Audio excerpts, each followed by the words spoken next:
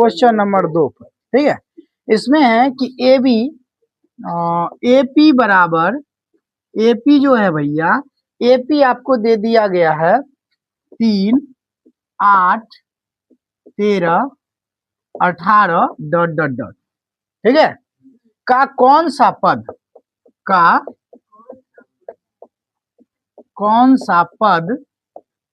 78 होगा?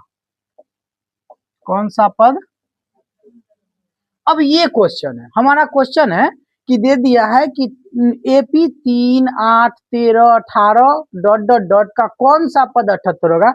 मतलब ये एपी है और इस एपी में आगे चलकर हो सकता है 78 भी आए, तो ये 78 जो है इसमें कम्मा पद आएगा, है ना। यानी इसमें कहने का मतलब कि ये क्या दे दिया, एन दे दिया, और हमको क्या पूछता है, पदों की संख्या अर्थात एन पूछता है। क्या पूछता है? एन पूछता है। तो हम लोग अब निकालेंगे सॉल्यूशन से। चलिए, यहाँ पर जो ये दिया हुआ ये क्या है बाबू, प्रथम पद यानी a1 बराबर 3। उसके बाद हमारा a2 बराबर क्या दिया हुआ है, 8 है। a3 बराबर क्या दिया हुआ है,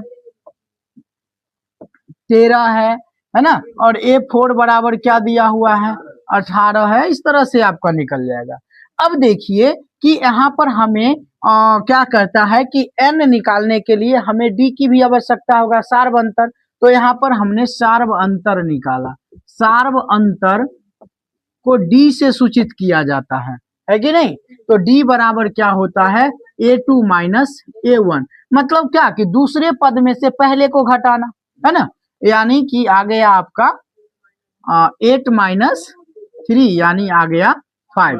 तो d का भी वैल्यू आपका क्या आ गया, 5 का आ गया। यहाँ पर आपको अंतिम पद भी दे दिया an बराबर 78। आपको क्या निकालना है, n निकालना है। क्या निकालना है बाबू, n निकालना है। और जब हमें n निकालना हो तो हम लोग क्या करेंगे कि प्रश्न से फॉर्मूला यूज करेंगे। प्रश्न से क्या होता है फॉर्मूला, an बराबर क्या होता है बाबू, an बराबर a plus n minus 1 into, अच्छा an तो मुझे पता है 78, a पता है ना, a कितना है 3, प्लस n कितना है, n ही तो नहीं पता है, यही निकालना है।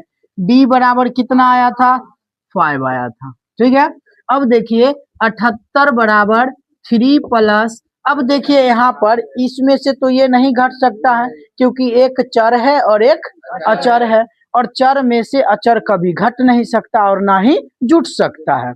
अब एक बात है कि यहाँ पर जो ये है ये किस में है, गुना में है। तो ये दोनों के साथ गुना करेगा तो 5n माइनस 5 हो जाएगा। क्लियर है। देखिए ये हुआ 78 बराबर, ये देखिए ये प्लस है और ये, क्योंकि ये चर है, सॉरी ये अचर है और ये भी अचर है, तो ये दोनों तो एक साथ हो सकता है। तो यहाँ प्लस है और ये माइनस, तो प्लस माइनस, तो 5 में से 3 जाएगा, कितना बचेगा -2। अब प्लस में क्या हो जाएगा 5n।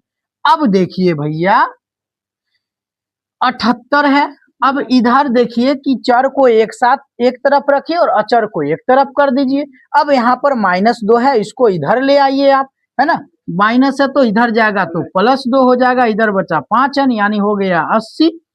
अब बराबर 5n यानी n बराबर 80/5 यानी आ गया 16। अब ये जो 16 आया है ना, यही क्या आया, n आया। तो n बराबर क्या निकल गया 16, है ना। तो लिखेंगे कि AP 3, 8, 13, 18 ... का 16वां पद 78 होगा। बोलिए कोई दिक्कत, समझ गए?